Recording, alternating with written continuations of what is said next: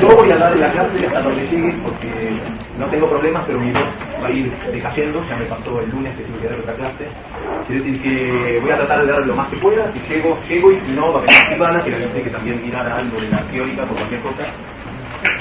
La primera parte de todo va a ser respecto al sistema nervioso autónomo, como su nombre lo indica, es un sistema nervioso que no es voluntario. Nosotros hasta ahora vimos la parte somática, que es el control del movimiento. Ahora vamos a ver las clasificaciones.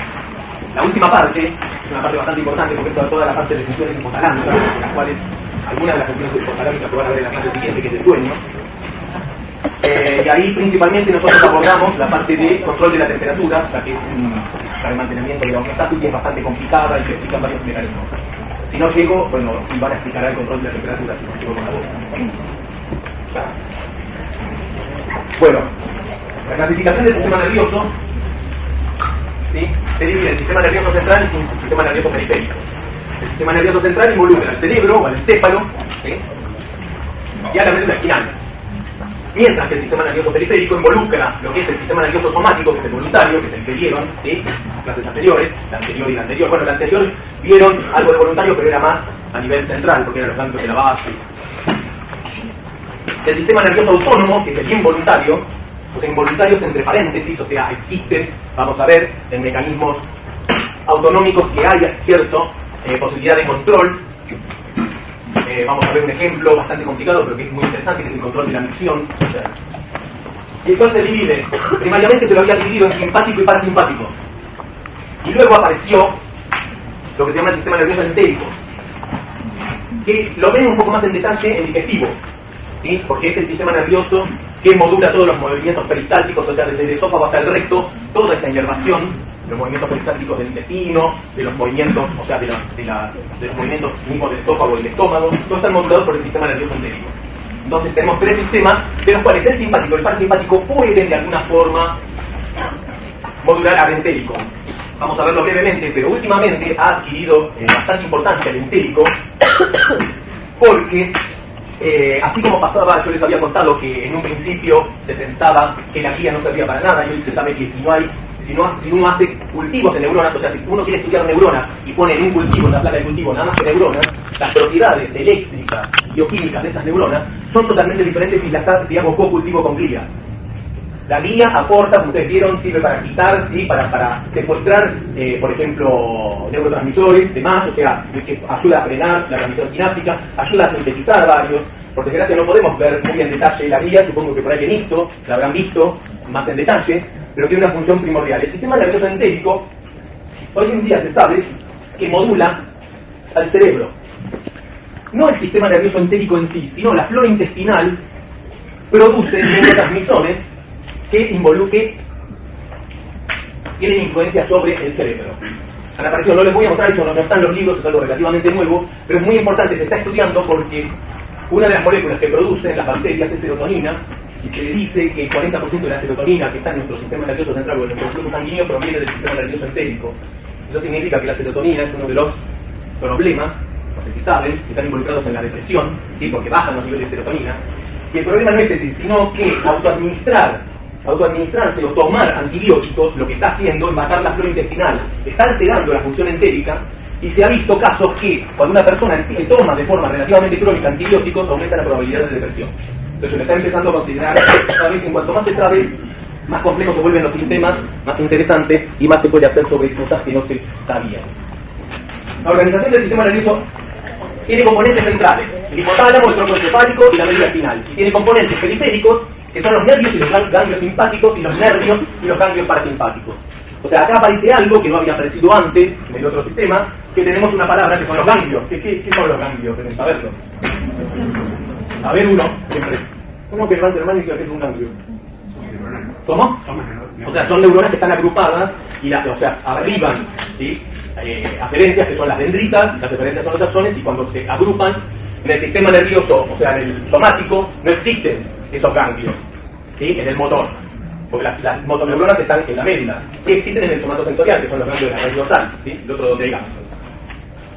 Entonces tenemos el sistema nervioso central. Lo que vamos a hablar es de una fibra preganglionar es antes del ganglio, hace sinapsis adentro del ganglio, con muchas neuronas, y después una fibra postganglionar que va a ser la que hace sinapsis con los diferentes órganos.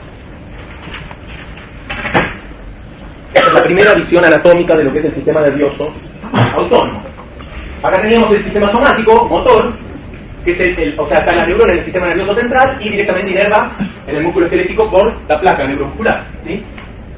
Tenemos el sistema simpático y el parasimpático, que ya aparece una diferencia. Los ganglios del sistema simpático están próximos al sistema nervioso central o a la médula, mientras que los parasimpáticos están más cerca del órgano efector. Generalmente, en la mayoría de los casos, los axones que llegan, o sea, los preganglionares, son mielínicos y los postganglionares son amielínicos. Entonces tenemos una organización de 3 referencias neurales en el sistema, el motor somático, con las diferencias, bueno, lo que acabo de decir. Esas son, todavía, son diferencias anatómicas.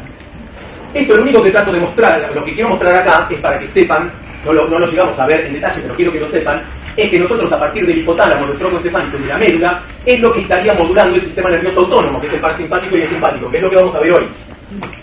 Es esta parte. Y la retroalimentación, ¿sí? Pero el hipotálamo, como ustedes deben saber, el hipotálamo recibe información del tálamo, recibe información de corteza, recibe del sistema límbico. El sistema límbico está íntimamente conectado con los ganglios basales, o los ganglios de la base, y el cerebelo también. Estas 3 estructuras que ustedes las vieron, porque ya las vieron en la clase anterior, pueden modular al hipotálamo, o sea que está todo interconectado, ¿sí?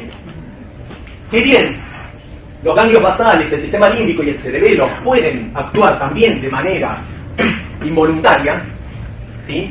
Yo ya sé que el sistema límbico y el cerebelo tiene conexiones con cortezas y yo puedo modular relativamente consciente algunas de las funciones de estos órganos. Entonces, es la parte que yo quería mostrar para saber que estos sistemas, si bien son involuntarios, pueden tener pequeñas controles. La mayoría son involuntarios, pero tienen algunos controles voluntarios. Después lo vamos a ver en detalle. Entonces pasemos a ver que los axones de las neuronas de la columna celular intermedio lateral, perdón, pero estuve toda la semana así, y ya dos clases, sistema simpático, sinaptan con los ganglios fuera, ¿sí? Acá lo que está diciendo, ahora lo vamos a ver en detalle, es que una de las diferencias, yo les había dicho que el sistema simpático tenía los ganglios cerca del sistema nervioso central, o sea, de la médula, y el parasimpático cerca de los órganos efectores. En el sistema simpático, estos ganglios están asociados, o sea, están organizados en algo que se llama la cadena paravertebral. Los ganglios no están por cualquier lado, hay ganglios, después que sí, que vamos a ver algunas excepciones, pero la mayoría es una cadena de ganglios que está interconectada. Ahora lo vamos a ver en detalle. En cambio, bueno, también tiene que ver dónde, ahora vamos a ver más en detalle también otras diferencias, que está explicando acá, pero que no es mucho más fácil si vemos el diagramita, que está en todos los libros. Bueno, por lo menos este está en el cambio. Pero es más o menos igual. Este es el sistema simpático. ¿Sí? Estas serían las fibras. ¿Qué serían estas? Preganglionares y estas postganglionares. Está la médula y está esta cadena paravertebral que está al lado y que tiene conexiones, ciertas conexiones unas con otras. Los únicos ganglios que no están son el ganglio cervical superior, que es el que mayor número de neuronas tiene. Se lo ha llamado durante muchos años el pequeño cerebro, ¿sí? O sea, tiene neuronas, no aproximadamente igual, pero tiene un número de neuronas que después, o sea, tiene el cerebro, el cerebelo y el ganglio cervical superior. En realidad, antes del cerebelo viene un órgano que ahora se lo llama, va cambiando, el segundo cerebro. ¿Saben cuál es? El entérico. El sistema nervioso entérico tiene más neuronas que el cerebelo y el ganglio cervical superior juntos. El cervical medio y el cervical inferior o los estrellados. Después tenemos toda la cadena y lo que tenemos son ganglios también, el celíaco, ¿sí? El mesentérico superior y el mesentérico inferior. Lo que presenta él, como verán, tiene una distribución central, ¿no? Que sería... No, esta es la paravertebral, pero con respecto a la médula. Bien. Mientras que el parasimpático proviene de los dos extremos. ¿Y cómo es? Cráneo saco.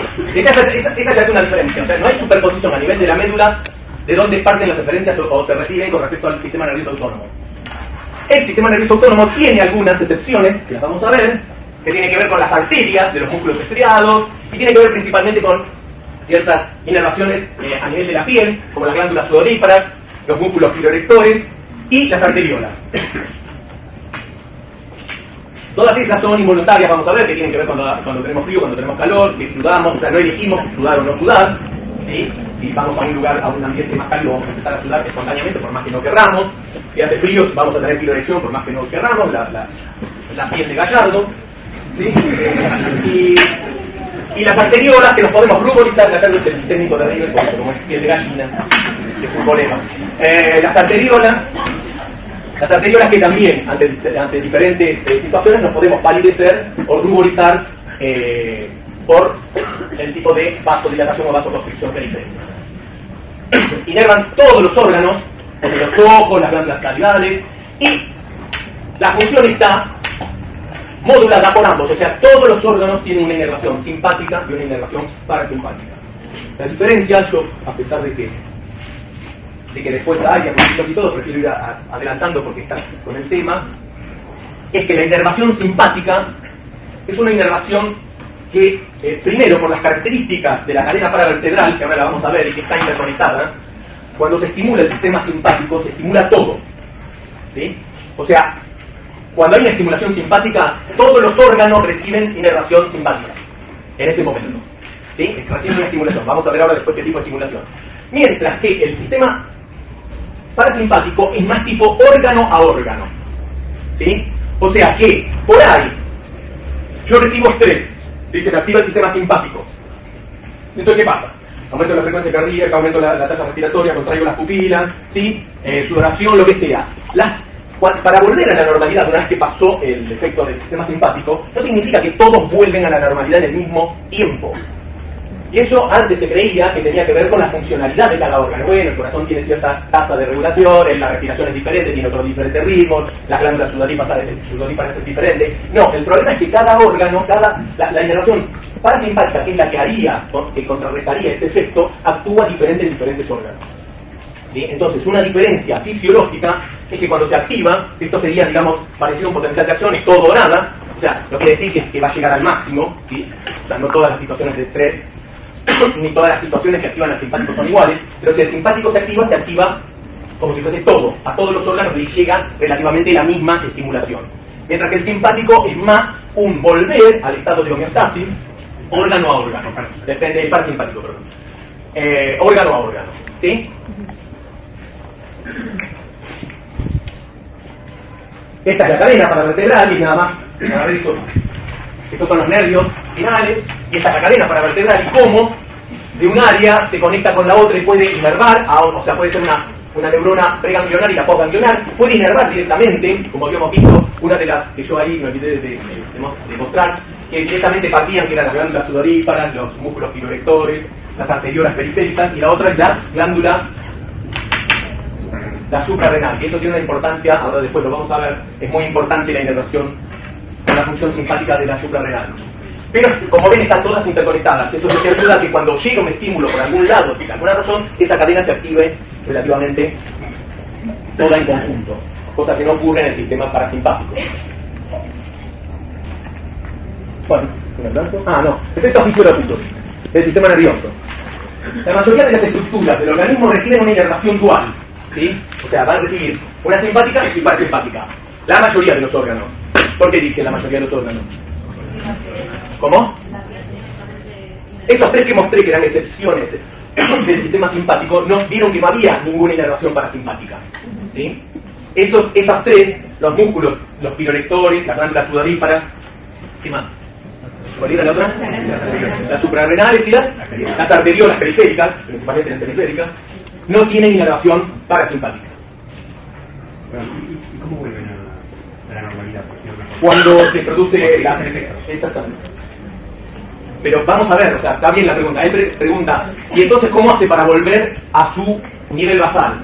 Yo digo cuando se pasa el efecto del neurotransmisor que está actuando. Pero vamos a ver que cuando hay excepciones, las excepciones tienen una correlación con algo. Y lo vamos a ver. O sea, una de las correlaciones es que el neurotransmisor que normalmente usa la vía simpática, estas vías usan otro. Y que por ahí tiene que ver con eso. Si se acuerdan de algo de eso, de algo de lo que vamos a ver cuando lleguemos a la parte de neurotransmisores. Sin embargo, hay estructuras que solo reciben inervación simpática, como las glándulas sudoríparas, los músculos vectores del pelo, unidos a los folículos pilosos de la piel, los adipocitos también, los riñones, ciertas áreas de los riñones reciben solo inervación simpática, y la mayor parte de los vasos sanguíneos, pero no es de los vasos sanguíneos, porque son de las arteriolas, eso está mal. Antes de mandárselo, se lo voy a modificar. Después me dirán, Por otra parte, las glándulas lacrimales solo reciben fibras parasimpáticas. Pero tenemos excepciones para el simpático y para el parasimpático.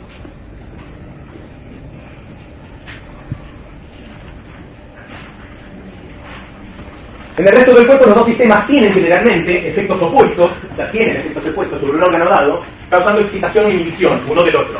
Pero no es así que sean totalmente antagónicos. Esto es posible debido a que utilizan neurotransmisores diferentes, tienen receptores diferentes para los neurotransmisores. El hipotálamo, por ejemplo, es el que regula la actividad del tono simpático. El gran regulador de las funciones autonómicas es el hipotálamo. ¿Sí? La destrucción o alteraciones en el hipotálamo trae problemas en control de la temperatura, en sueño, en el próximo van a ver un poco más, controles hormonales, ¿no? Porque el hipotálamo, ustedes sabrán por las neuronas del hipotálamo proyectan ¿a dónde? ¿A la hipófisis? A la neurohipófisis, ¿sí? ¿Y qué sintetizaban la neurohipófisis? Uno. ¿Cómo? No sintetiza nada. Almacene, no libera. ¿Y qué libera? Oxitocina y vasopresina. ¿Y dónde se sintetizan esas sustancias? En el hipotálamo, y viajan, ¿sí?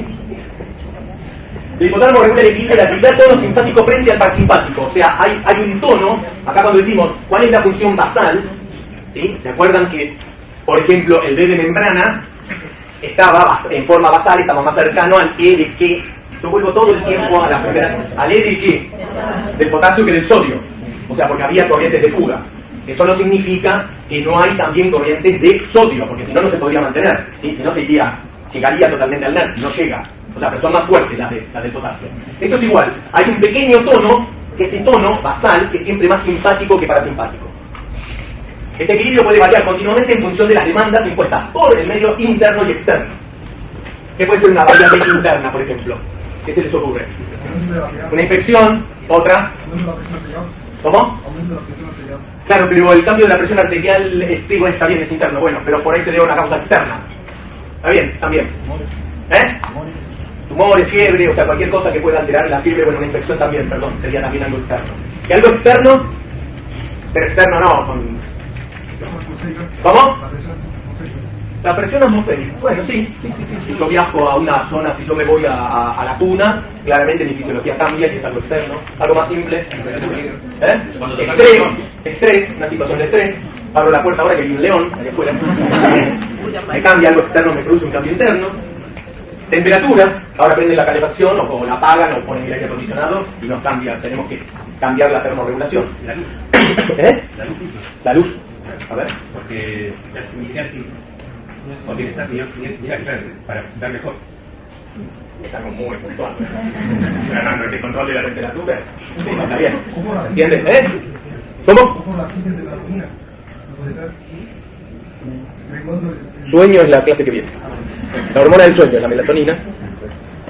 Bueno, acá no se confundan, a mí me gusta confundir a la gente, porque en el otro estaba el simpático de aquel lado y el parasimpático de este. Y busqué una diapositiva que hace algunos años para cambiarles, acá está el parasimpático y acá está el simpático. ¿Sí? Cosas que digan, no, pero aquí esto está mal. No, fíjense que está al revés. ¿Sí? O sea, lo que regula es, por ejemplo, dilatar o contraer la pupila, estimulación de la salival, que como verán solo viene de la parte simpática principal, parasimpática principal. Sí, de acá está viniendo porque es la salival. ¿Cuál era la que era solo parasimpática? La lacrimal. ¿Esto cómo? No, una estimula y la otra siempre que el simpático. El simpático lo que hace es estimular, lo que llamamos estimulación, y el parasimpático lo que hace es restaurar los niveles homeostáticos. Eso, no, porque hay varias lo que tenemos que entender es dónde actúa, cuándo actúa el sistema simpático, por ejemplo. Es lo que se llama, en el comportamiento, es el sistema que nos prepara ante una situación inesperada. Ante una situación inesperada, lo vamos a volver a ver en memoria, porque es uno de los momentos que se usan para estudiar la memoria en roedores, o sea, se estudió durante muchos años, todavía se sigue usando. Ante una situación inesperada nosotros tenemos dos posibilidades, ¿sí? ¿Cuál es? Pelear o huir, ¿sí? Entonces el sistema simpático está preparado para eso. De cualquiera de las dos situaciones se va a activar el simpático, de forma diferencial. Pero entonces, si yo peleo o huyo, hay cosas que mi organismo involuntariamente va a priorizar con respecto a otras. O sea, yo no tengo el control. Es lo mismo cuando yo como, por ejemplo. Ahora a la noche todos vamos a ir a cenar, espero que todos cenen. Cada vez cenamos menos, pero es otro problema para mantenernos en línea. Cuando cenamos, el flujo sanguíneo, para tratar de captar rápidamente los nutrientes, se vuelca mayoritariamente por vasodilatación y todo control hacia el sistema digestivo. Eso significa que los otros órganos están menos inervados. Entonces, por ejemplo, una actividad física muy fuerte va a ser más difícil de hacer, ¿sí? O mientras funcione en forma anaeróbica no hay problema, una actividad física rápida, pero no puedo comerme 2 platos de ravioli y salir a hacer una maratón, ¿sí? O sea, claramente tengo probabilidad de tener calambres, de tener algo cuando se va acumulando el ácido láctico. También por eso nos da sueño, ¿sí? Después lo vamos a ver en la clase que viene, ¿sí? O sea, la sangre, lo que está en ese momento, el momento que dura, depende del tipo de comida y depende de la persona también, es tratando de aprovechar los nutrientes. Y deja de lado otro. Si yo tengo que pelear o correr, lo que tiende a hacer es activar todo el sistema de músculos esqueléticos para pelear o para correr, ¿sí? O sea, empiezo, ya no hay secreción de saliva, se para la parte de movimientos peristáticos intestinales. Y una cosa que por ahí la que menos cuadra y que tardó mucho en entenderse es que ¿qué pasa con las pupilas cuando tengo una activación simpática? Se dilatan. ¿Qué pasa con la dilatación? ¿Cómo? Lo que yo puedo aumentar es mi campo, ¿cómo se llamaba? Campo visual. ¿Sí? Yo aumento mi campo visual. O sea, yo puedo, al dilatar la pupila, yo aumento levemente el campo visual y puedo ver, tengo visión periférica un poco mayor. No es importante, en teoría, aparentemente, evolutivamente no es tan importante de saber si el león que me va a comer es rojo claro, rojo más oscuro, o si tiene un lunar en la nariz, no me importa. Yo lo que quiero ver es dónde está el león y rápidamente ver si además hay otros o lo que sea. Entonces, es todo lo que tiene que ver con la atención, con una atención exacerbada por estrés. Sí. Sí, una pregunta. ¿Por qué cuando la gente tiene miedo se hace encima o...? Lo vemos ahora, después vemos control de la micción. Entonces, bueno, lo que va a hacer el simpático se acelera el ritmo cardíaco, inhibe la actividad estomacal, ¿sí? Mientras que el sistema parasimpático lo que va a hacer es después contrarrestar eso y tratar de volver a las funciones normales o homeostáticas de cada órgano. Acá seguimos con lo mismo: estimulación de liberación de glucosa, preciso energía, estimulación y secreción de adrenalina y noradrenalina por las suprarrenales. Se relaja la vejiga. Cuando se relaja la vejiga, vamos a ver, lo que hace es que me permite que yo aguante más tiempo el orinar, ¿sí? Es al revés, no es que se relaja y me orino. Una pregunta. ¿Sí? No me dio claro de lo anterior. Cuando vos decís que el sistema nervioso simpático se activa tanto para la lucha como para la lucha o para la huida, pero en los dos se activan las mismas funciones. Okay. Sí. Te pelees o salgas corriendo, para el sistema nervioso simpático en un principio va a ser lo mismo. Lo que estamos viendo o sea, es mucho más complicado. ¿Cuál es la respuesta instantánea? O sea, yo recibo algo, una amenaza, y yo rápidamente, hay una parte que acá no está consciente, pero también es yo decido si voy a, o sea, hay una parte de decisión, ¿sí? La amenaza, a ver, bueno, si peleo o no peleo. Hay una tercera opción, que es la que vamos a ver en memoria, que es lo que se llama el freezing. Hay animales que ante un estímulo muy fuerte se hacen los muertos, ¿sí? Se quedan quietos, y hay animales que si no se está moviendo algo, no lo atacan. Y entonces es una estrategia que desarrollaron los animales para poder sobrevivir. Entre ellos los roedores. Por eso se usan las ratas, se usa un tipo de aprendizaje, es eso, hacerle el freezing. El freezing, ¿cuándo ocurre? Es de otra clase, pero no importa. Cuando yo abro la puerta y hay un león. Y digo, pelear no puedo. Claramente. Ahora, acá tengo una pared. Huir no puedo. ¿Qué hago? Quizás te sales. Esa es la estrategia que usan ciertos animales en ciertas condiciones.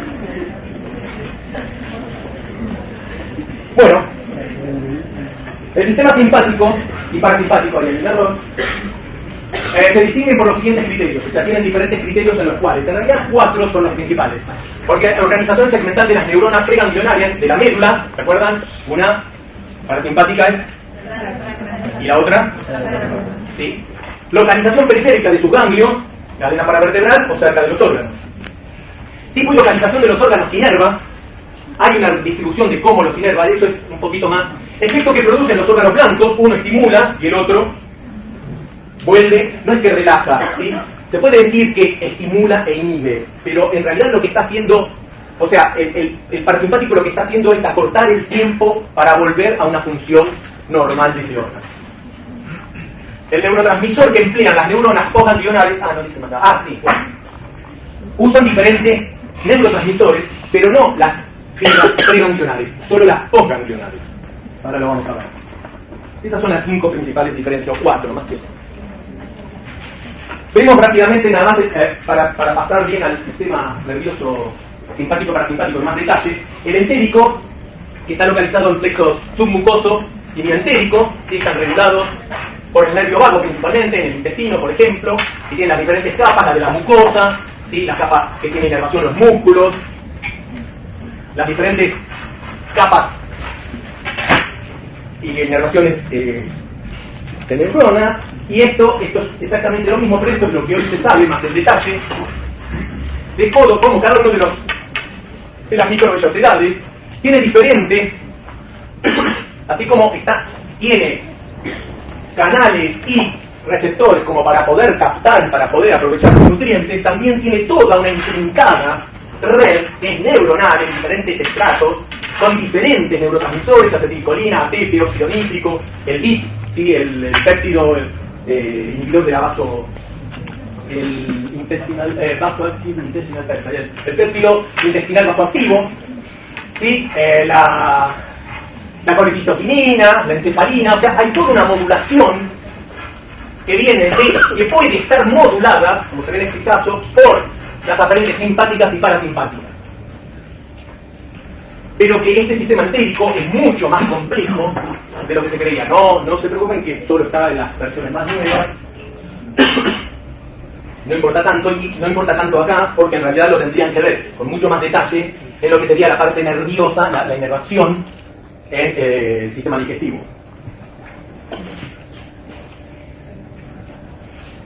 Bueno, acá tenemos el sistema simpático y el parasimpático. Estas son las fibras preganglionares, que son colinérgicas en ambos casos, y la diferencia es que en las postganglionares, en el simpático son adrenérgicas, y en el parasimpático son colinérgicas también. O sea, acá el órgano, una de las diferencias es que el órgano target va a tener receptores adrenérgicos y colinérgicos, y depende de qué se libera, va a ejercer una función o la otra. Y así es como modula el sistema nervioso simpático parasimpático a los órganos blancos. La relación neurona preganglionar o ganglionar en el sistema simpático es 1 a 10 y en el parasimpático es 1 a 3 en líneas generales. ¿Se entiende eso? Una neurona, una presinapsis puede estimular a 3 neuronas postganglionares, mientras que acá va a ser a 10. O sea, la respuesta es mayor la parte simpática que la parte simpática.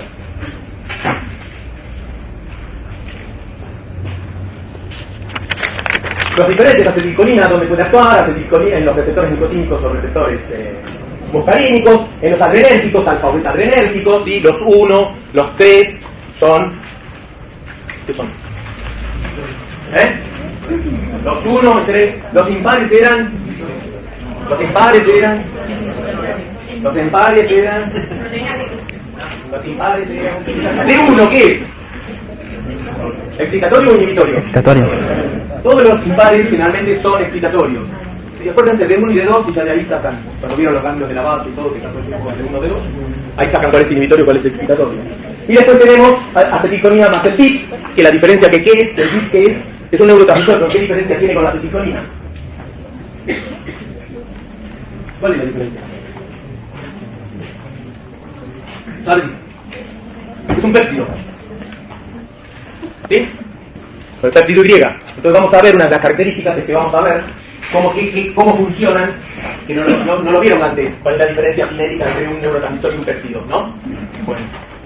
Entonces acá tenemos dos tipos, la médula espinal, y tenemos los dos tipos no importan de células, de neuronas preganglionares con diferente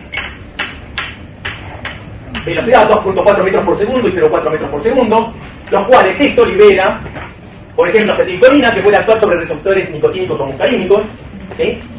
Y esto va a provocar diferentes tipos de señales que va a hacer que liberen en la possinapsis noradrenalina. Y hay otros relacionados con la LHRH, no importa, que libera también LHRH y puede modular, o sea, puede incorporar, se producen cambios, puede incorporar canales, por ejemplo, de potasio, puede incorporar otro tipo de canales de potasio, que son los rectificadores, no importa las denominaciones, son todos los que modulan pueden modular la capacitancia y el umbral de membrana de las células coganglionares, ¿sí? Esta es una secretomotor y esta es una vasomotor, que directamente lo que va a hacer es esto, por ejemplo, por el neuropéptido Y, actuar sobre las arterias.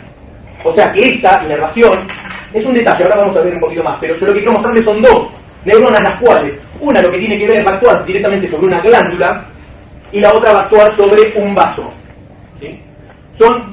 El target donde actúa puede tener diferentes tasas de liberación, ¿sí? O sea, son diferentes, cada órgano que inerva. En este caso lo que va a producir es vasoconstricción. ¿Por qué?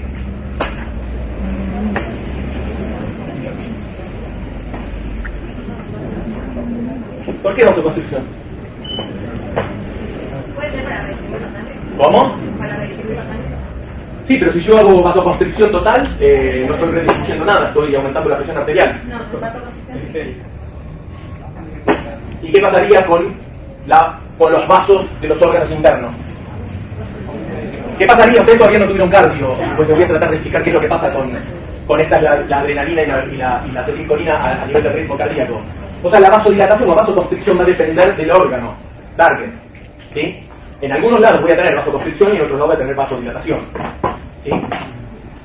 Igual no vamos a tanto detalle. Lo importante es que pueden actuar en vasos o en glándulas estas estimulaciones. Ahora vamos a ver en detalle, un poquito más en detalle, y después vamos a ver con respecto a la cinética. La excepción es las glándulas estas que no... Las neuronas coganglionares simpáticas que inervan las glándulas sudoríparas, los vasos sanguíneos que irrigan el músculo esquelético, liberan acetilcolina y noradrenalina. Provocan secreción y vasodilatación. Pero son las de acetilcolina. Acá que tengo. O sea, los vasos pueden estar inervados por noradrenalina o por acetilcolina. ¿Cuáles son los que van a estar inervados por acetilcolina? Todos los periféricos. ¿Qué es lo que pasa a nivel de los cardiocitos de marcapaso? En el nodo sinoauricular. Ustedes todavía no tuvieron cardio, pero tenemos un ritmo cardíaco normal, el cual cuando se libera adrenalina o noradrenalina, lo que hace es acortar el tiempo, ¿sí? O sea, produce taquicardia, ¿sí? Lo que produce la situación de estrés. Mientras que el sistema parasimpático lo que hace es disminuir el ritmo cardíaco. Ahora, ¿por qué ocurre esto? Hay algo primero que tienen que saber, que no sé si lo saben, que una de las diferencias del potencial de acción cardíaco es que si hay dos tipos de potenciales de acción. Hay uno que cuando se supera el umbral gatilla, hace esto y baja, y el otro que es mucho más apaisado, no es tan así, pero es un poco más apaisado, que llaman los potenciales de acción rápida o lenta, depende cuál sea la fibra. No importa tanto esto, lo importante es que si veíamos un potencial de acción de los que nosotros conocíamos, ¿de qué dependía principalmente? Esta parte inicial, ¿de qué era? Sodio. Y la parte de repolarización, potasio. En el cardíaco tenemos 3 iones. Tenemos el sodio, más a veces algo de calcio, el calcio, que es el que mantiene este plató, y el potasio, que es el que repolariza. Las corrientes de calcio son muy importantes a nivel del sistema cardíaco. Lo van a ver después, no tiene por qué saberlo. Pero sí, lo que hace una estimulación, por ejemplo, del nervio vago, ¿el nervio vago qué era? ¿Se acuerdan? Parasimpático. Lo que hace es baja las corrientes de calcio. O sea, lo que hace es que las corrientes de calcio, mediadas, no importa por qué mecanismo, porque ahí hay escrito algo, pero hoy en día se sabe un poco más, bajan las corrientes de calcio. Esto es nada más que para explicarle que las cosas no son porque sí. Cuando se va sabiendo más, se va entendiendo cómo funciona el mecanismo. Al bajar la corriente de calcio no llega al nivel, ese potencial de acción no llega tan alto.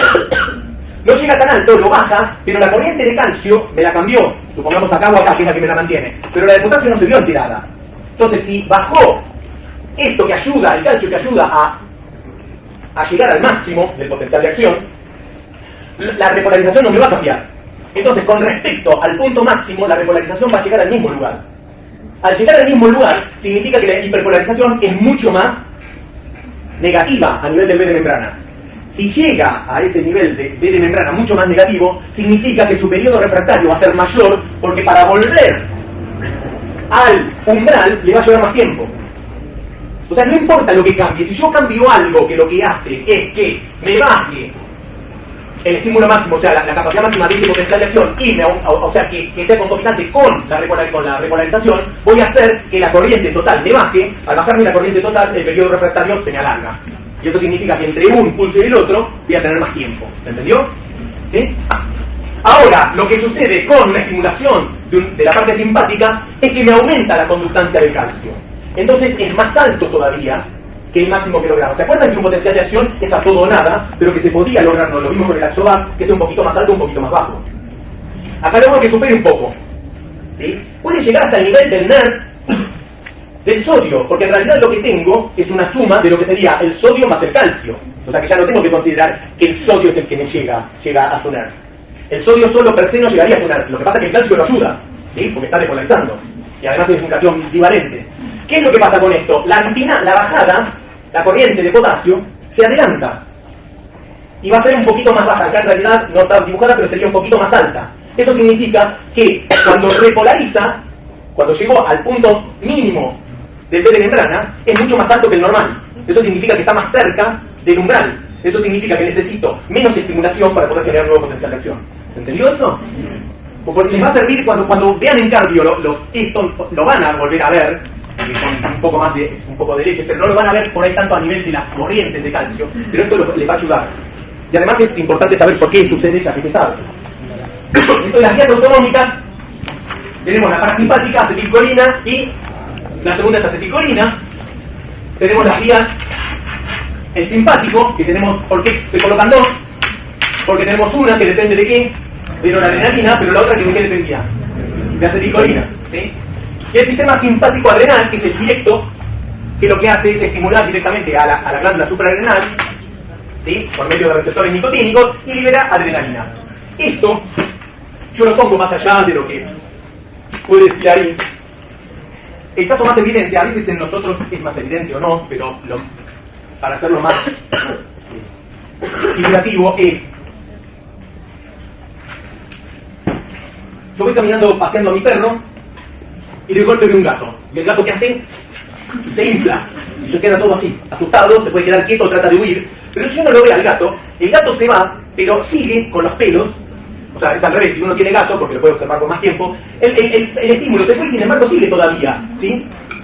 Con toda la parte simpática, con toda la estimulación simpática. Tiene las pupilas dilatadas todavía, está con el pelo medio parado, sigue gruñendo, ¿no? Tiene toda esa cosa de defensa, pero ya se fue el estímulo. ¿Qué es lo que pasa? O sea, veamos por qué pasa eso con el sistema simpático. El sistema simpático, ¿quién lo estimula? Esas respuestas, principalmente.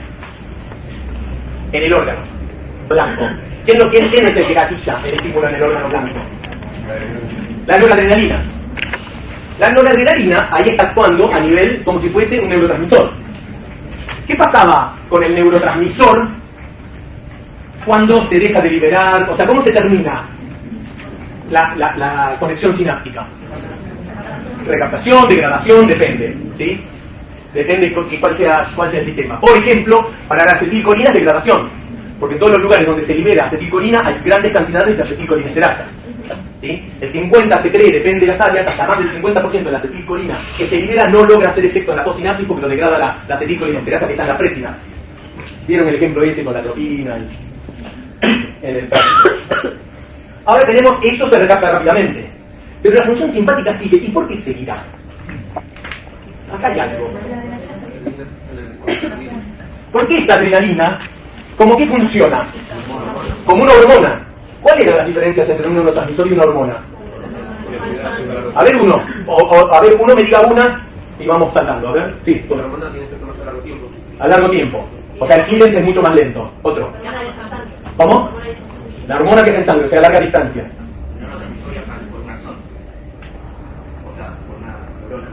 Bueno, pero habíamos visto que el hipotálamo y la neurohipófisis, ¿sí?, podía llegar a viajar, no es una de las características. Las características es que puede actuar, una de las principales, que puede actuar a distal. O sea, se libera en la adrenal, pero no hace efecto en el hipotálamo, no puede hacer efecto, en una corteza. Mientras que el neurotransmisor es local. O sea, su vida media es más larga. O sea que cuando la adrenalina, cuando llega a niveles de que el sistema simpático se activó e hizo que se me estimulara la glándula adrenal y me pasó al torrente sanguíneo la adrenalina, ya tengo una hormona. Esa hormona va a hacer que todos los órganos del sistema simpático sigan estimulados más tiempo del que si este neurotransmisor, en vez de ser adrenalina, fuera dopamina. ¿Se entiende? Si fuese dopamina, estimulación simpática y listo, se corta. No se corta gracias a que esta es noradrenalina. Las funciones, hay teoría de todo, no se sabe. Hay una cosa más evolutiva que lo que hace es dejar, o sea que uno, cuando recibe una situación estresante, calculen que todo esto en animales madura en lugares donde hay competitividad, de un macho alfa por las hembras, por otros animales, por predadores, y mantenerse alerta, o sea, vino el peligro, pero saber si se fue o no, yo ya estoy preparado. Yo cuando active el sistema simpático, si yo, digamos, abro y veo al león, y tiene más posibilidades de comerme, que si yo abro, lo veo y digo, uy, hay un león, ya me preparé, ya empezó todo, ya empecé con taquicardia, ya estoy preparado para poder pelear o huir, ¿sí? ¿Se entiende? No me agarra desprevenido. Lo desprevenido es lo que provoca que uno se paralice o no pueda reaccionar rápidamente. Aparentemente tiene que ver con eso. Pero esta es la razón por la cual nosotros discutimos, tenemos un problema, chocamos con el auto y ya estoy tomando el número del seguro y todavía estoy temblando, estoy sudando, y yo digo, ¿por qué si ya está? O sea, no puedo hacer nada. Es algo que tiene que ver con esto. ¿Se entiende? En el examen, lo ven. Es un buen ejemplo. Dan el examen y todavía están. Respuestas simpáticas y parasimpáticas. El sistema parasimpático regula principalmente las actividades que conservan y restablecen la energía del organismo durante los momentos de descanso o recuperación. O sea, una vez que pasó el estímulo, ese periodo en el cual yo estoy tratando de recuperar energías y recuperarme de esa situación, es donde el sistema simpático principalmente está activado y modulando. Es un sistema de conservación y recuperación de energía. Normalmente los impulsos parasimpáticos sobre las glándulas digestivas y el músculo liso del tracto gastrointestinal dominan los impulsos simpáticos sobre los impulsos simpáticos. De esta forma se puede digerir y absorber los alimentos que aportan energía. O sea, cuando comemos hay toda una estimulación para poder captar rápidamente la mayor cantidad de... Acuérdense que el simpático, ¿qué era lo que hacía con respecto al intestino, por ejemplo? Lo inhibía, o sea, no hay movimientos peristálticos. El movimiento peristáltico, una de las cosas que produce es que haya mayor absorción. O sea que cuando yo estoy relajado, tengo la mayor probabilidad de que pueda digerir y absorber los alimentos. Porque van pasando mucho más lentamente por el intestino. ¿Sí? O se van moviendo, no quedan estancados. Por otra parte, el sistema simpático prepara al organismo para situaciones de emergencia. Está relacionado principalmente con procesos que requieren gasto de energía. Cuando el organismo está en homeostasis, la principal función del sistema simpático es contrarrestar los efectos del parasimpático. Está ahí modulando. Que el parasimpático no me baje demasiado las funciones normales. Sí, lleva procesos normales de energía. Sin embargo, durante el estrés físico o emocional, el sistema simpático domina sobre el parasimpático. Ya lo vimos. La activación del sistema simpático desencadena una serie de respuestas fisiológicas denominadas en conjunto de lucha o huida. Perdón, Sí. esto de lo que habló del tono simpático. El simpático, ¿cómo? Ah, que el tono basal simpático. Claro, o sea, incluso en la situación de reposo, si bien ahí dice que está regulando el parasimpático, el tono va a seguir siendo positivamente simpático. Sí, lo que se llama es el que va marcando, o sea, el parasimpático lo que trata, por ejemplo, es todo el tiempo de producir bradicardia. Y el simpático lo que está haciendo es manteniéndolo ahí, que es lo que se llama, ahora lo vamos a ver, es lo que se llaman set point, o sea, que para cada función lo que tenemos es algo que me está diciendo, o sea, a mí algo me está diciendo que si mi presión arterial sube o baja, está alta, está baja, así, todo eso en su conjunto lo que está haciendo es modulando entre el simpático y el parasimpático, o sea, es como lo que yo les decía de la acción que está todo el tiempo en movimiento. o que cuando voy a agarrar algo es un tire y afloje entre los flexores y los extensores. Esto es igual, está todo el tiempo el simpático y el parasimpático. El parasimpático aparentemente en situaciones de reposo tiende a tener una mayor función, entonces el simpático se dice que es un tono simpático porque lo está manteniendo a raya. Hay experimentos con animales que sugieren... ¿Cómo? Como que nunca mayor el simpático. O sea, si bien está más activo el parasimpático en reposo, no va a ser mayor el simpático. Lo que está haciendo el tono, el que le está determinando el tono, o sea, vos en reposo, el ritmo cardíaco de 80 pulsaciones por minuto, te lo está de alguna forma manteniendo más el sistema simpático que el parasimpático. ¿Sí? O sea, con un mínimo cambio del simpático lo llevas de 80 a 83, pero con un cambio del parasimpático lo llevas de 80 a 60, supone, un ejemplo. ¿Sí? Entonces, el que está manteniendo el tono de los órganos es el simpático en realidad. ¿Sí? Pero también lo que tiene es que el simpático, cuando explota y altera todo. ¿Sí?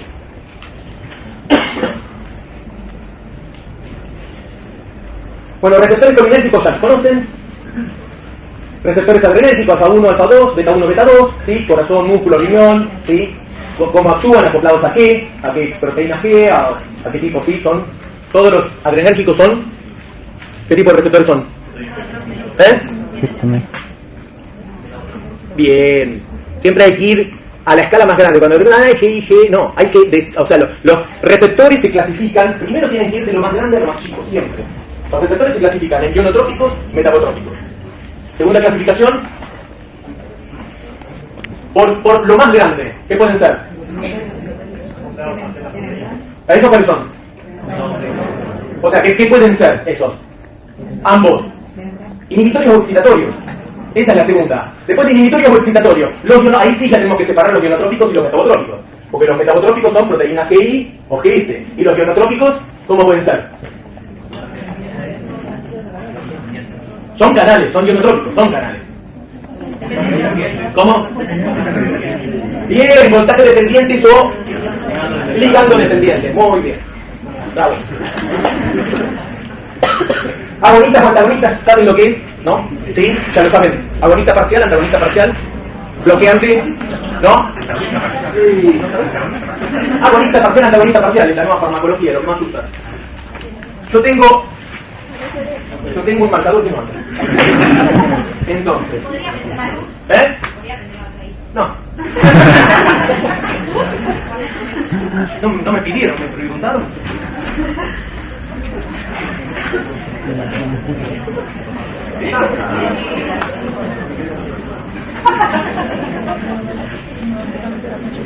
Incluyendo la educación.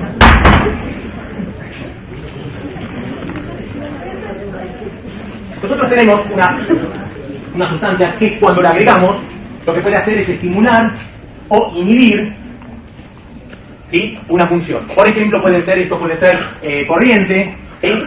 Puede ser corriente en función del tiempo, ¿sí? Pasan iones o lo que sea. O sea, estamos trabajando con una sustancia que lo que hace es se pega, ligando dependiente tiene que ser, ¿sí? Y principalmente si trabaja sobre ionotrópicos va a ser más rápida.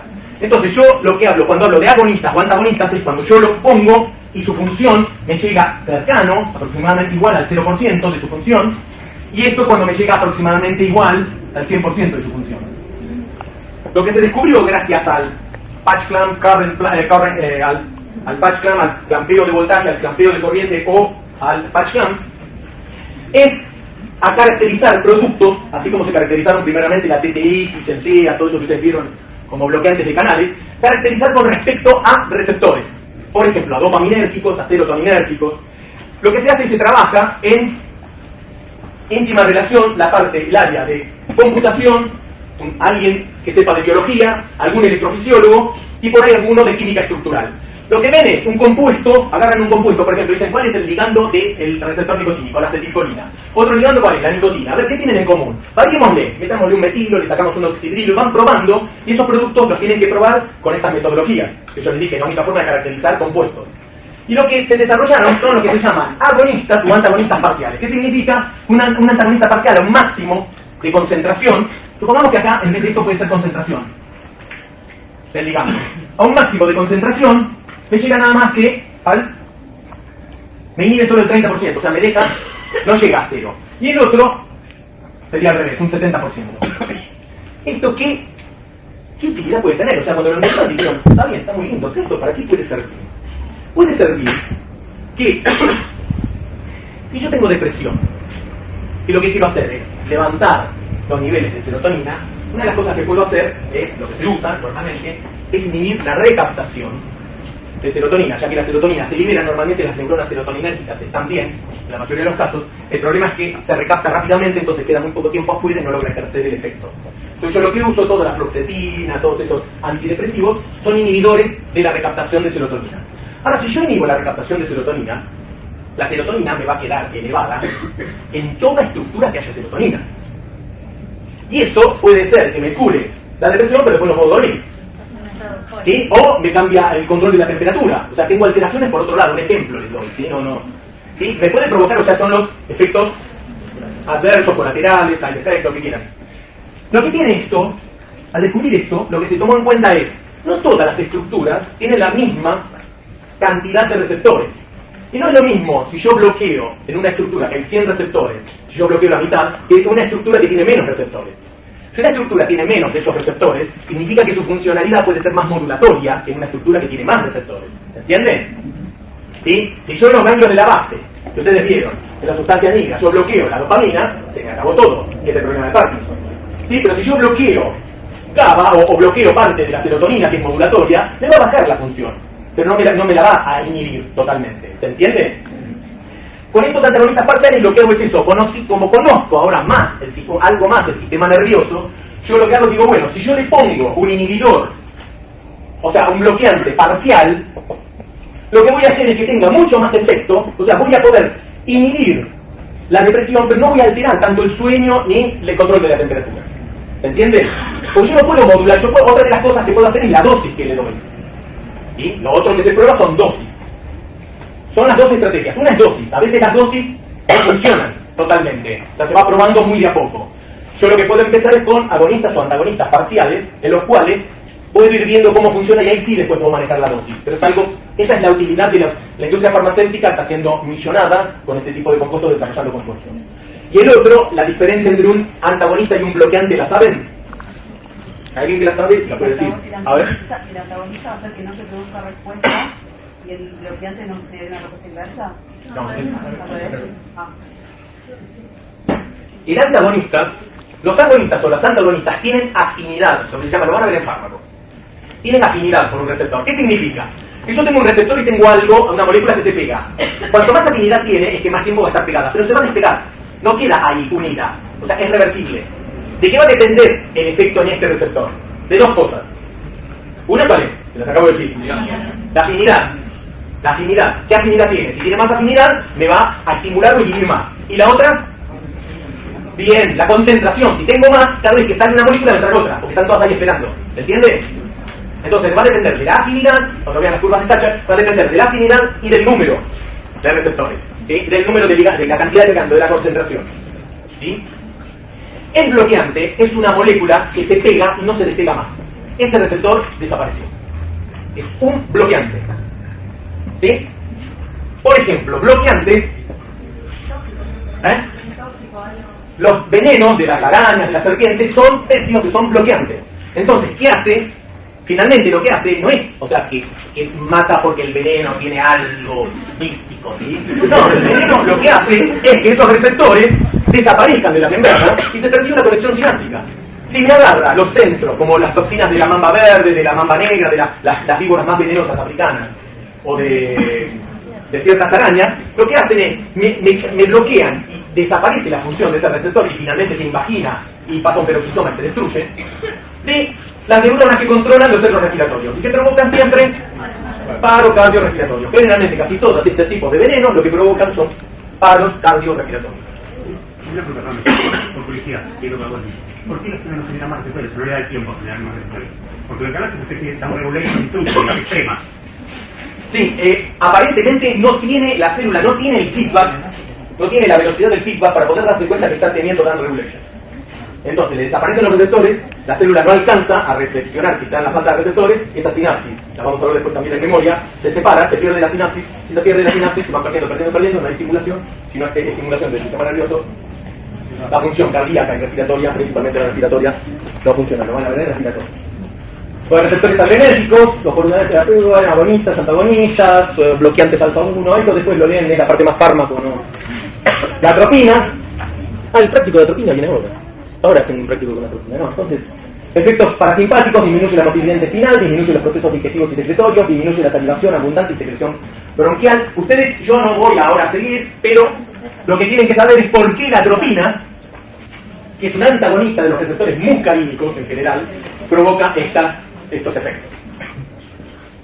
Igual lo van a ver algo en el práctico. Estos son los diferentes receptores, cómo están actuando, el péptido Y aparece nuevamente, neuropéptidos que coexigen con adrenalina y acetilcolina en la sinapsis autonómica. Lo más importante es, bueno, esto que tengo que dibujar de vuelta, porque si no,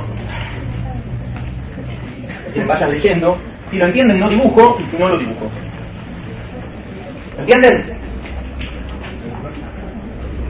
Sí, pero no como ustedes. O sea, no.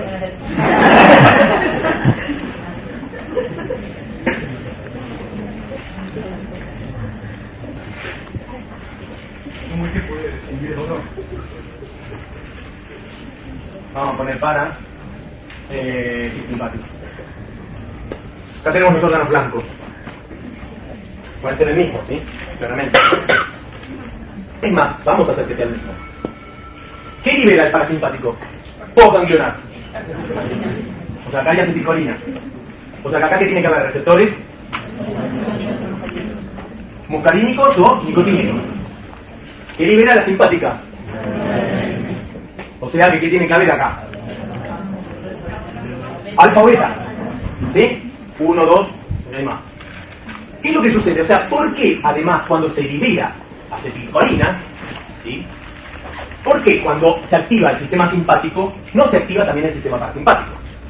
Acuérdense que siempre el sistema nervioso, lo repito todas las veces, cuando hace algo se encarga de que lo opuesto no ocurra, no solamente que se quede silenciado, porque el tono, o sea, todo sistema tiene algo que es la frecuencia tónica. Y si yo paso a fásica, a veces la tónica lo que puede hacer es que la fásica no tenga la potencia que tiene que tener para la acción que estoy realizando. O sea, el ejemplo que siempre, ya lo repetí, ya se los dieron también, si yo contraigo el bíceps pero no relajo totalmente el cuádriceps, tengo que hacer mucha más fuerza, estoy haciendo trabajo, ¿sí? El tríceps, ¿no? Estoy haciendo más trabajo del que haría si yo lo relajo. O sea, con menos atete, menos, puedo ganar en fuerza, ¿sí? En este sistema pasa lo mismo. Acá hay, ¿qué habrá? Acá la noradrenalina estimula. Entonces, ¿cuáles serán los alfa? ¿Y los beta? Cualquiera. ¿Por qué? Porque son asociados a GS. ¿Ven? Son asociados a proteínas GS todos. Oí, si prefieren Z, la que quieran. Ahora, si yo, la noradrenalina tiene que liberarse, que estimular acá. Si yo no quiero que haga efecto acá, pero que es el mismo órgano, ¿qué tendría que hacer? Si yo estoy diseñando algo, yo lo estoy diseñando. Que eso mismo, Porque yo estoy diseñando la sinapsis. que eso mismo actúe como antagonista en el otro sistema. En el otro sistema, ¿y cómo puedo hacer? Que haya receptores alfa 2 en la presináptica de la parasimpática. Cuando se libera la noradrenalina, me estimula esto y me inhibe esto. Me está depolarizando acá, ¿sí? Y me está inhibiendo acá. ¿Se entiende? Con la acetilcolina es un poco más complicado. Lo que podrían pensar es que acá hay M1, M3, M3, M5 o nicotínicos o los nicotínicos. ¿Los nicotínicos son todos estimulatorios?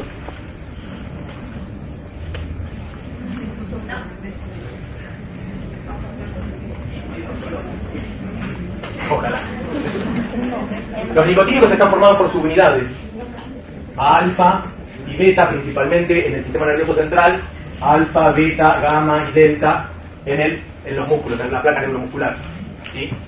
De estos hay alfa, hay alfa 1, alfa 2, alfa 4, alfa 6, alfa 7, y alfa 9 y alfa 10. Y de los beta hay beta 1, beta 3, beta 7 y beta 6. Quiere decir que se pueden conformar, son 2 alfa y 3 alfa y 2 beta. Quiere decir que miren todas las combinatorias, si quieren, hacemos una combinatoria de probabilidades. Son estimulatorios. Acá pueden ser X. ¿Qué tendría que haber acá? Para que cuando libero acetilcolina, me inhiba esta, para que no se libere por si llega a pasar algo. M2 o M4. ¿Sí? Es un efecto cruzado. Lo que está haciendo es que cuando el neurotransmisor estimula a uno y tiene que inhibir al otro. Lo principal, esto está en duda. Lo que sí se sabe es que la adrenalina, cuando se libera, que permanece mucho más tiempo además, acuérdense que también viene de sanguíneo, estimula acá y acá inhibe. Esto sí, sí. Hay una teoría de que hay tanta acetilcolina esterasa que la poca acetilcolina que se libera alcanza para estimular esto y acá provoca otro efecto. Y que acá en realidad también hay otro CM, es más complicado. Pero no importa, lo importante es que entiendan es eso, que es una inhibición lateral del mismo neurotransmisor, ¿sí? Eso garantiza que haya una estimulación simpática y que no haya, a su vez, la parasimpática, y que cuando la simpática decrece, aparezca solo la simpática que está interactuando, está actuando. Y por eso tiene que estar activándose uno o el otro, uno o el otro, uno o el otro. Acá vamos a ver cuál es la diferencia.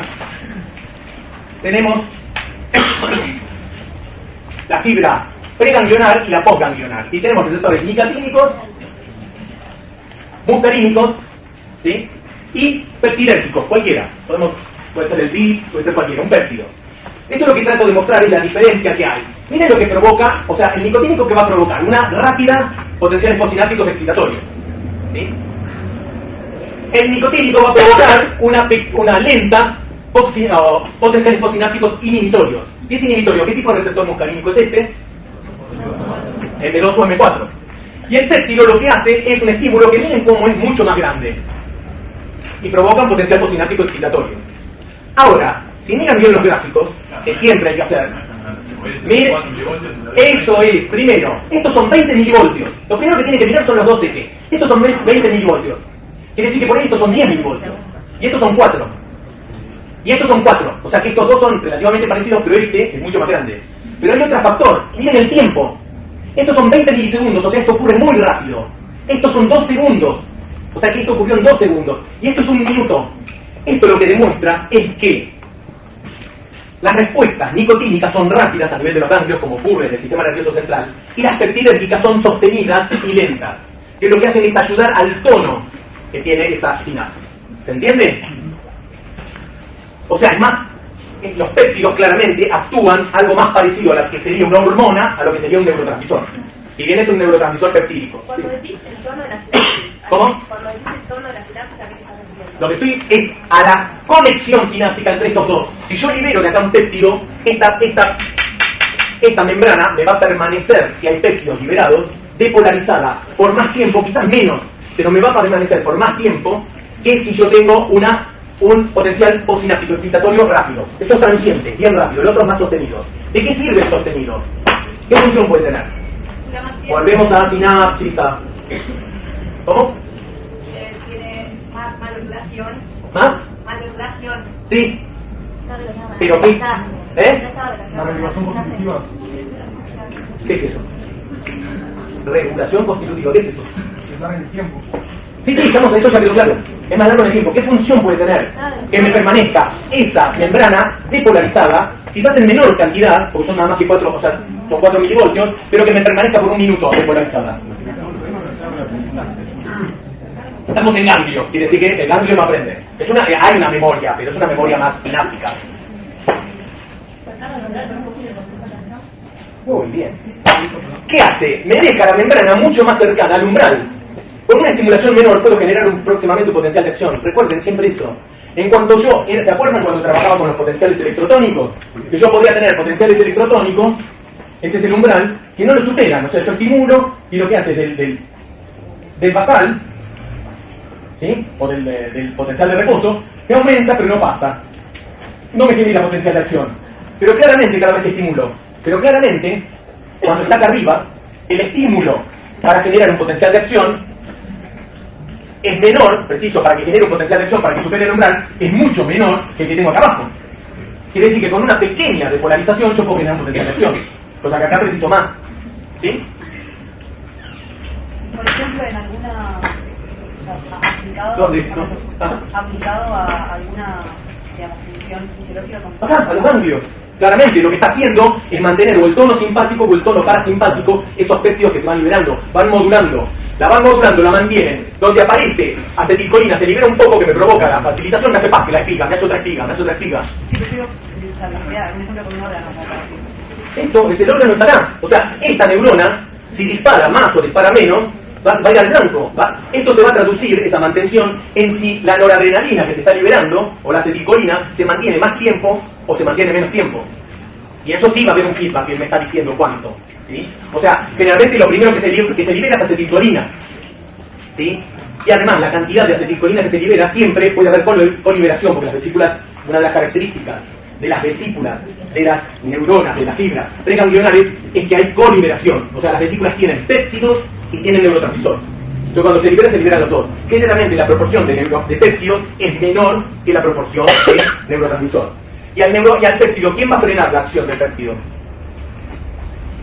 ¿Cómo se termina la función de un péptido a nivel sináptico? No, cualquiera. Estoy hablando de cómo se frena, no dije simpático parasimpático. ¿Cómo se termina la función? ¿Cómo se termina la función de un neurotransmisor en una sinapsis? Ya me dijeron. Inhibición, o sea, recaptación, ¿sí? Para el péptido, ¿cómo se degrada un péptido? ¿Qué enzima? Bien, con peptinas hay por todos lados. La matriz extracelular está llena de peptidas. ¿Sí? Donde haya 2 aminoácidos que justo la peptidasa puede cortar, ¡pac! Y acá lo que tenemos es otra sinapsis donde tenemos nicotínico, muscarínico y peptidérgico, pero ¿cuál es la diferencia entre esta sinapsis y esta? ¿El M qué es? Es excitatorio. Este era M2 o M4, este debe ser M1, M3 o M5. ¿Se entiende? La diferencia entre estos dos es que el nicotínico siempre me va a provocar excitación. Los péptidos que se liberan a nivel de los ganglios me va a provocar siempre excitación. El que está modulando esa excitación, cuán fuerte es o no, son los muscarínicos. Y lo que va a depender entonces de qué. ¿De qué? Sí, pero ¿de qué? Ya lo dije, ¿no? El receptor del muscarínico, pero ¿de qué? ¿Qué es lo que va a determinar cuánto esto se va a excitar o no? De la actividad y de la concentración. ¿Cómo? De la actividad de los receptores y de la La concentración. densidad de receptores M inhibitorios sobre M excitatorios. ¿Sí? Por ahí hay solo inhibitorios, por ahí hay solo excitatorios. Si están las dos poblaciones, la relación que hay. ¿Sí? Es el modulador. ¿Modulador de qué? De la función de la neurona ganglionar, que va a ser la que va a liberar adrenalina, noradrenalina o acetilcolina. ¿Se entiende? ¿Sí? Se dibuja así, pero en realidad está mal, porque ahí es como si el soma de esta célula estuviese afuera del ganglio. Y todo esto ocurre adentro, ¿se entiende? Es esquemático nada más. ¿Sí? El soma por eso es un ganglio. Del ganglio lo único que entra son las aferencias y salen, o sea, entran dendritas y salen axones. Con funciones modulatorias complejas, reflejos autónomos viscerales. Hay reflejos. El sistema autónomo cumple determinadas funciones que nosotros no somos conscientes y las está manteniendo, como si fuese algo reflejo. Y responde automáticamente. ¿Sí? O sea, sin tomar conciencia nosotros. Reflejo significa que no hay totalmente conciencia. Si bien ya sabe que el reflejo rotuliano yo me doy cuenta, sí me doy cuenta una vez que pasó, porque los propios sectores me dicen que la pierna se movió. Pero si yo me están distrayendo, yo estoy así, me pegan con el martillo y vamos así. Y una vez que moví, sí, claro, la propiocepción me dice, pero es involuntaria. Un reflejo autonómico visceral regula la actividad de un efector visceral. Pues un músculo es un efector visceral. En otras palabras, da lugar a contracción o relajación del músculo liso o cardíaco, ¿sí? O una variación en la tasa de secreción de una glándula. Es lo que puede regular. Perdón un segundo.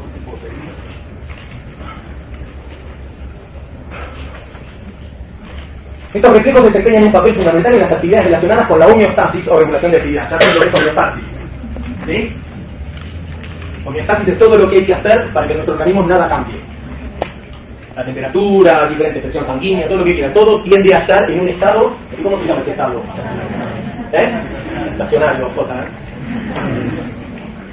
Que después se mandan cualquiera en el oral. Esa regulación, la regulación de la actividad es la regulación cardíaca, presión arterial, relacionado, respiración, la digestión, defecación y función de la vejiga urinaria. Y lo que vamos a hacer, a ver ahora, es el control de la micción. Que lo podemos hacer simple o complicado.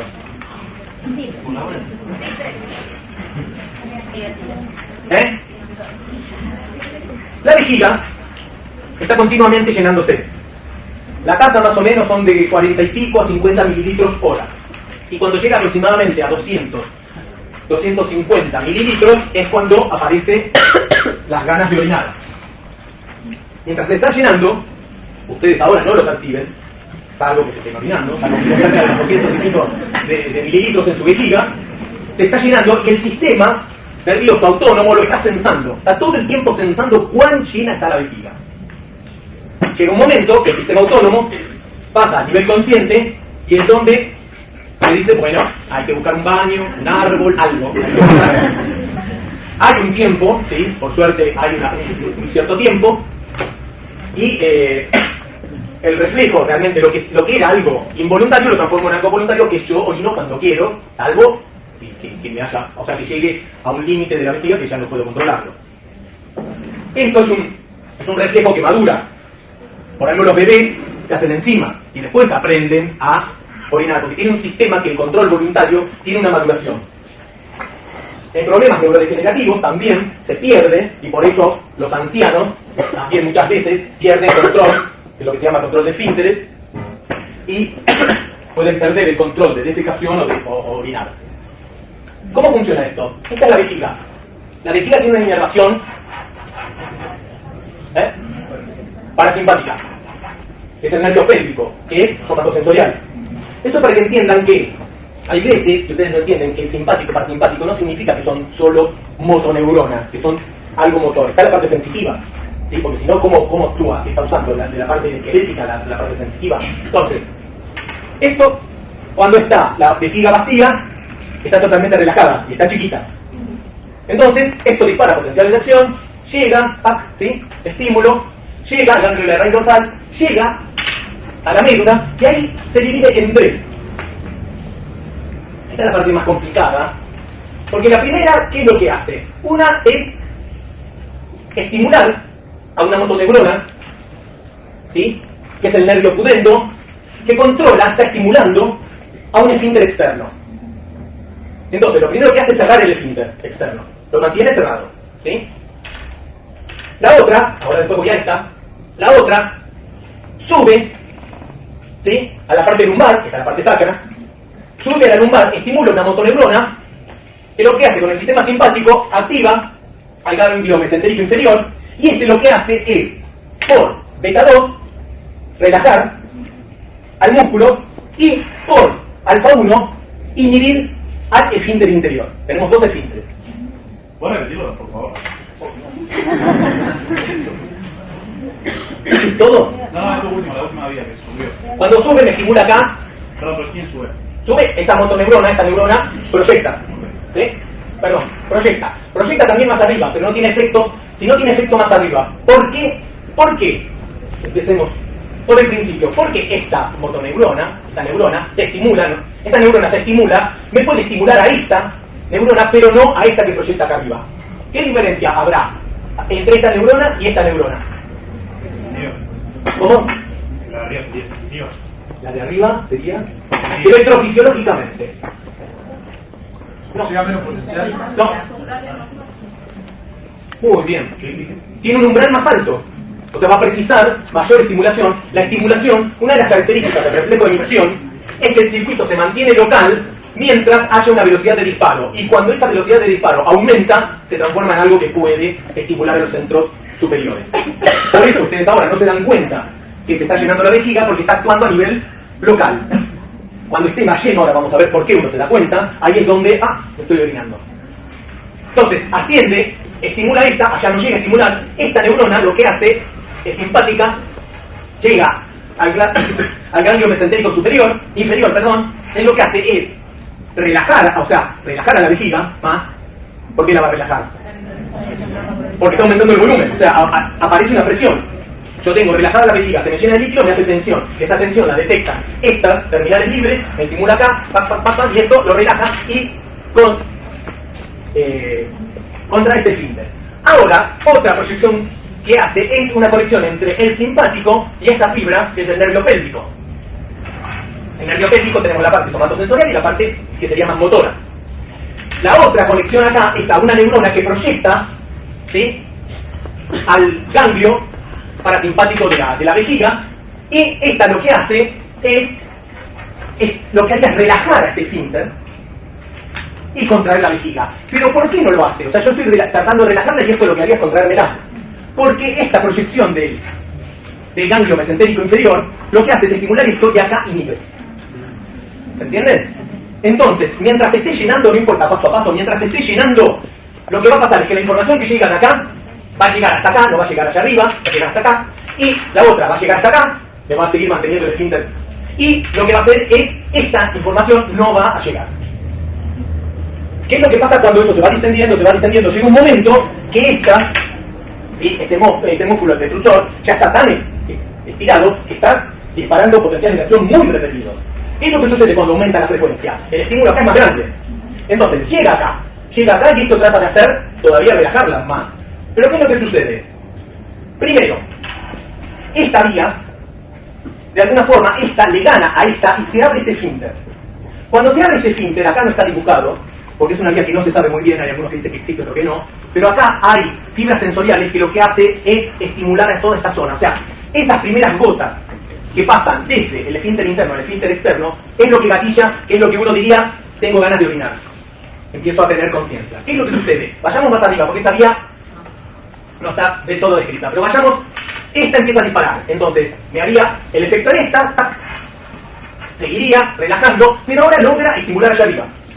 Cuando estimula en la sustancia gris perioacueductal, empieza la parte descendente. Al núcleo continuo, estimula, el núcleo continuo baja, y lo que está haciendo acá es estimular a una neurona inhibitoria. ¿Qué es lo que está haciendo? Me está frenando la parte simpática, es diciendo, no se relaja más. No solo no se relaja más, sino no me inhiba más este esfínter. ¿Sí? ¿Qué va a suceder? Sigue. ¿Qué va a hacer esta proyección? Me va a estimular a esta con mayor frecuencia. ¿Qué va a hacer? Me va a aumentar la descarga de esto. ¿Qué va a hacer? Me va a tratar de empezar a contraer la vejiga. Si ustedes tienen muchas ganas de orinar, empiezan a sentir que a veces tienen un poco como de dolor. Esos dolores significan que está entre esta y esta, el músculo está tratando de contraerse y de relajarse, está como si estuviese fibrilando levemente, y eso cuando uno ya no da más. ¿Sí? Entonces, me está relajando y lo que hace es directamente abrir este esfínter. Ahora, ¿qué pasa con acá abajo? Sigo. ¿Qué es lo que pasa acá abajo? Que ya es cuando este núcleo también, acá no hay, porque no se sabe bien con qué está conectado, pero es la parte realmente voluntaria, que es la estimulación de parte de las cortezas de asociación hacia la sustancia gris perioacueductal. O sea, esto va a la amígdala, va a la corteza prefrontal, y ahí la toma de decisión pasa, motora, pasa, aparentemente. Lo que hace es estimular, y esta, que sigue bajando, que me estimulaba esta y que me inhibía esta, me va a inhibir esta. Cuando inhibe esta, yo abro el esfínter, y es cuando yo decido orinar. ¿Entienden? Cuando empieza este mecanismo de que ya está lleno y empieza a subir, la primera vez que sube, lo que está mandando es a una regulación cortical de la micción. Finalmente, yo lo que estoy haciendo es dándole de la corteza la última estimulación, o sea, que dispare mucho más rápido esta neurona, que me estimule mucho más a esta, cosa que me provoque la inhibición de esta, la estimulación de esta y la inhibición de esto. Y así yo decido orinar. Cada vez, si decidís no orinar, si vos lo que hacés voluntariamente tratás de mantenerlo, va a llegar un momento que la tasa de descarga, este sistema es servo asistido.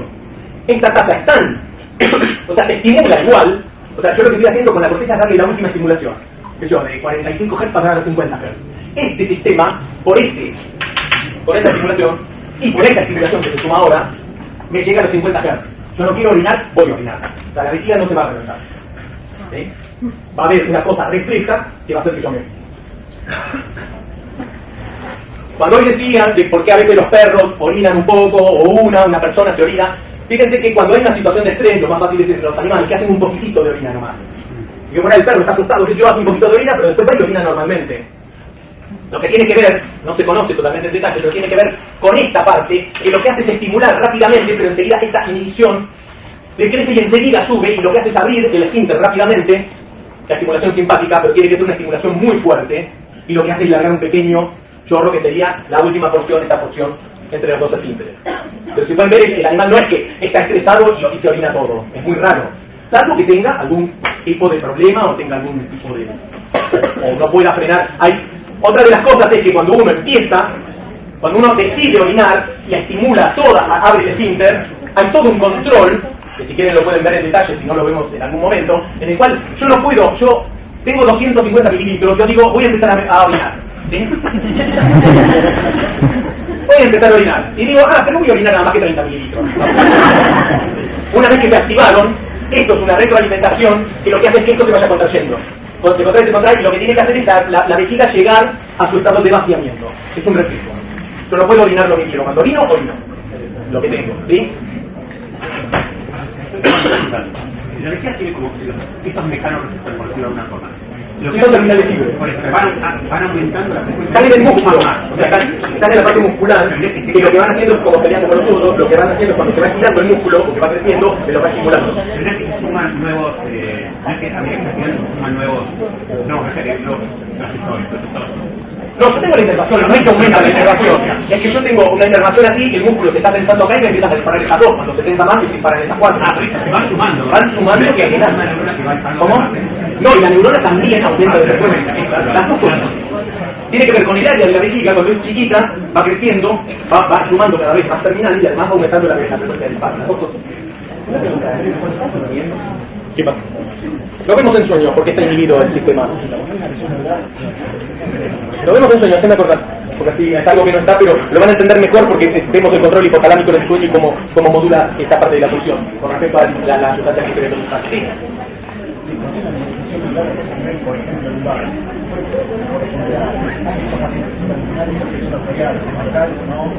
Claramente acá me dice, puede ser que una persona que tenga una lesión a cierto nivel medular no tenga control de la micción, porque en realidad lo que le está faltando, le está cortando la parte voluntaria.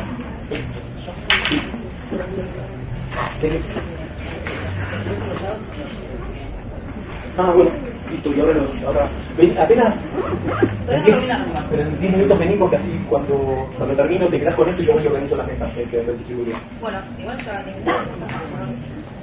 si hay una lesión a algún nivel de ataque, se pierde la parte consciente, esto funciona como si fuese una cosa refleja, pero la persona no tiene control de visión, que puede pasar en accidentes, ¿sí? Donde hay una lesión a nivel medular. Cualquier cosa que altere esto de acá para arriba, esto va a funcionar automáticamente. O sea, esto funciona como una cosa refleja.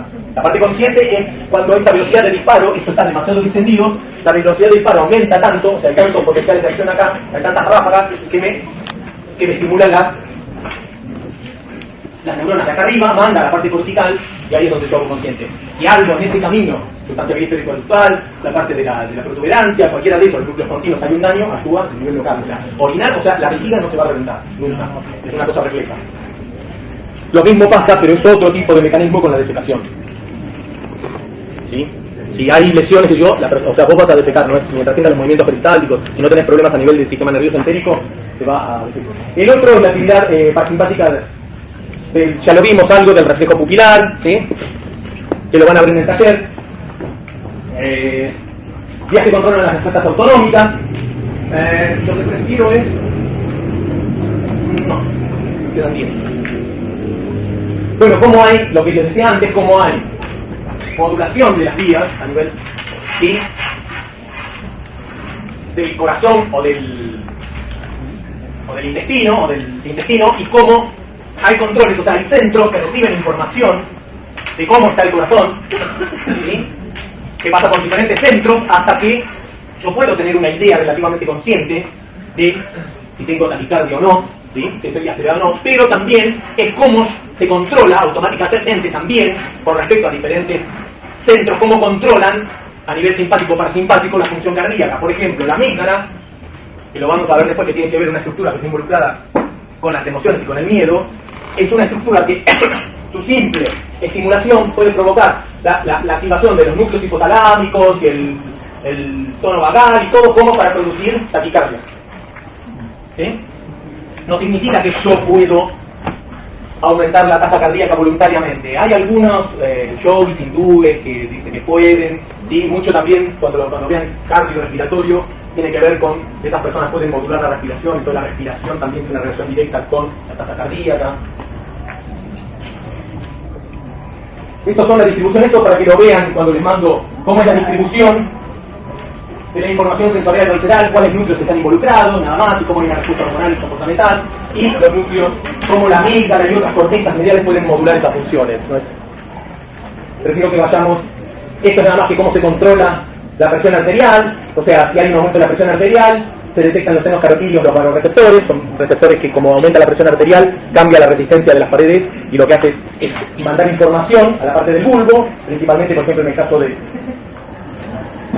las arterias, al núcleo del tracto solitario, el cual se conecta con diferentes centros como para decrecer.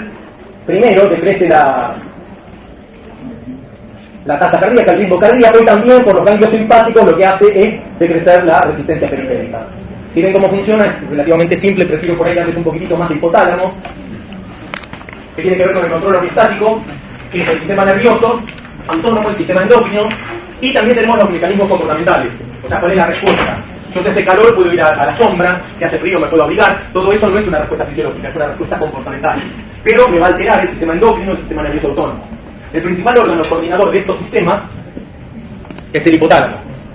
El hipotálamo es esto, ¿sí? Ventricular, no importa, esto es neuroanatomía, que lo que es que controla principalmente temperatura, frecuencia cardíaca, presión arterial, osmolaridad, balance energético, ingesta y gasto, ingesta de agua, o sea, y saciedad, reproducción, comportamiento emocional, la analgesia también, son respuestas analgésicas, también están controladas por el hipotálamo, por las bradykininas, y la respuesta al estrés. El hipotálamo es un centro regulador de todo. Estos son los núcleos, medio, anterior, es lo que controla, ¿sí? Estos están los libros, pero lo principal es que tiene regulación por 3 mecanismos. Esto es lo más importante. Tiene acceso a información sensorial de todo el cuerpo. O sea, eso significa que tiene una íntima conexión con el tálamo, porque es el que recibe en la primera estación de relevo de toda la parte somatosensorial. Compara información sensorial.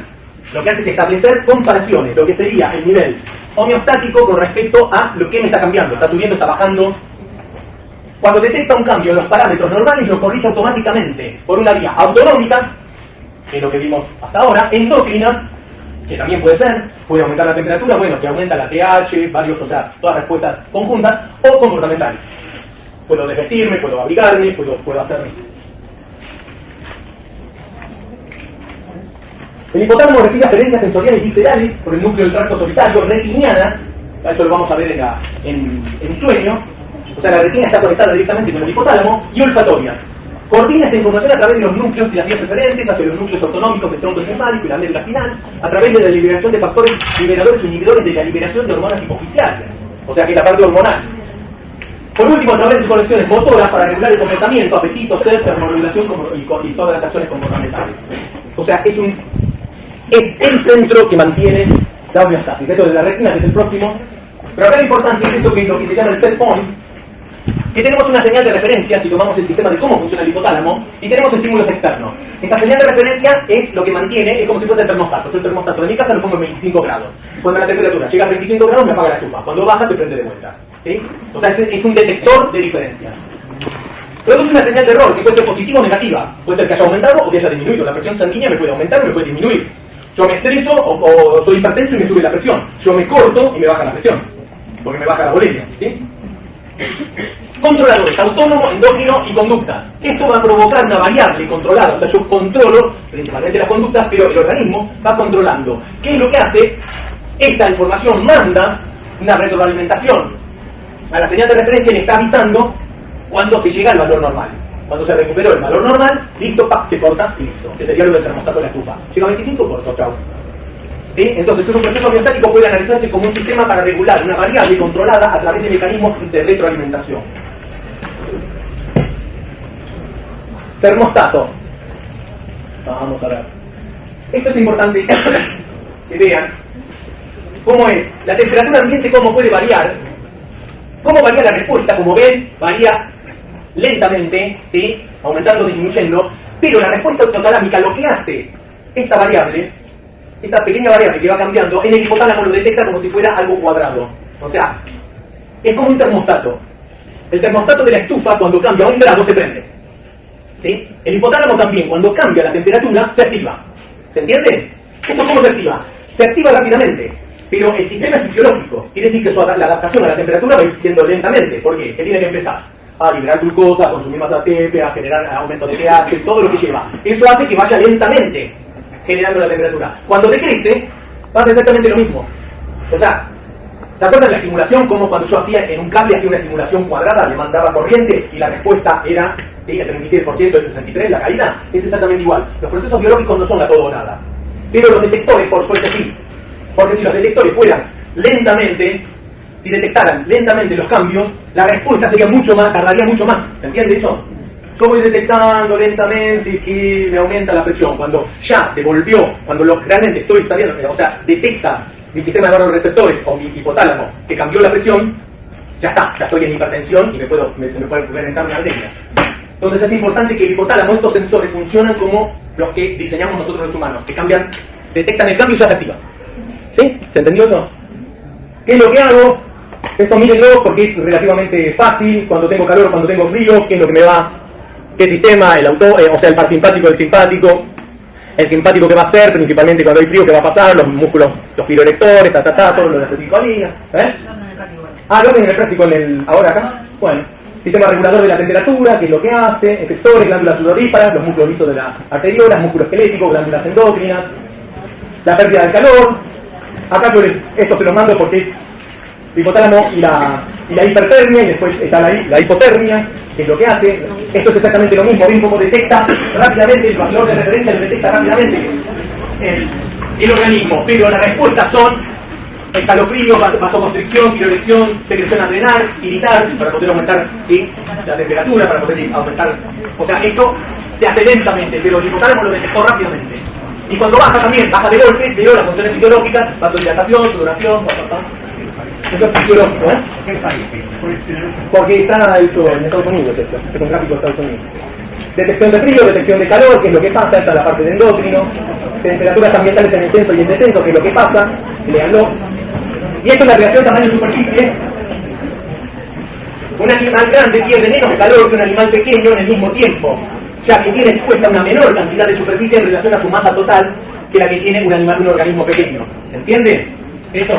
O sea, por unidad de superficie, un ratoncito, fíjense su gato, perro, si tienen, tómenle las pulsaciones. Lo agarran de acá y tomen pulsaciones. Tienen 120, 150. En cuanto más chiquito es el animal, tiene un metabolismo más rápido. Respira más rápido, tasa cardíaca más rápida, y eso es lo que se asocia normalmente a que viven menos. Un animal más grande tiene menos tasa cardíaca, un elefante respira mucho más lento, tiene menor pérdida de calor y un metabolismo mucho más lento, y por eso en teoría vive más. Los animales más grandes tienen en teoría una probabilidad de mayor vida, salvo que se los coma algún otro, que un animal pequeño. Tiene un metabolismo mucho más lento. Bueno, y esto es otro que tenemos italiano, que es la próxima. Bueno, me voy a...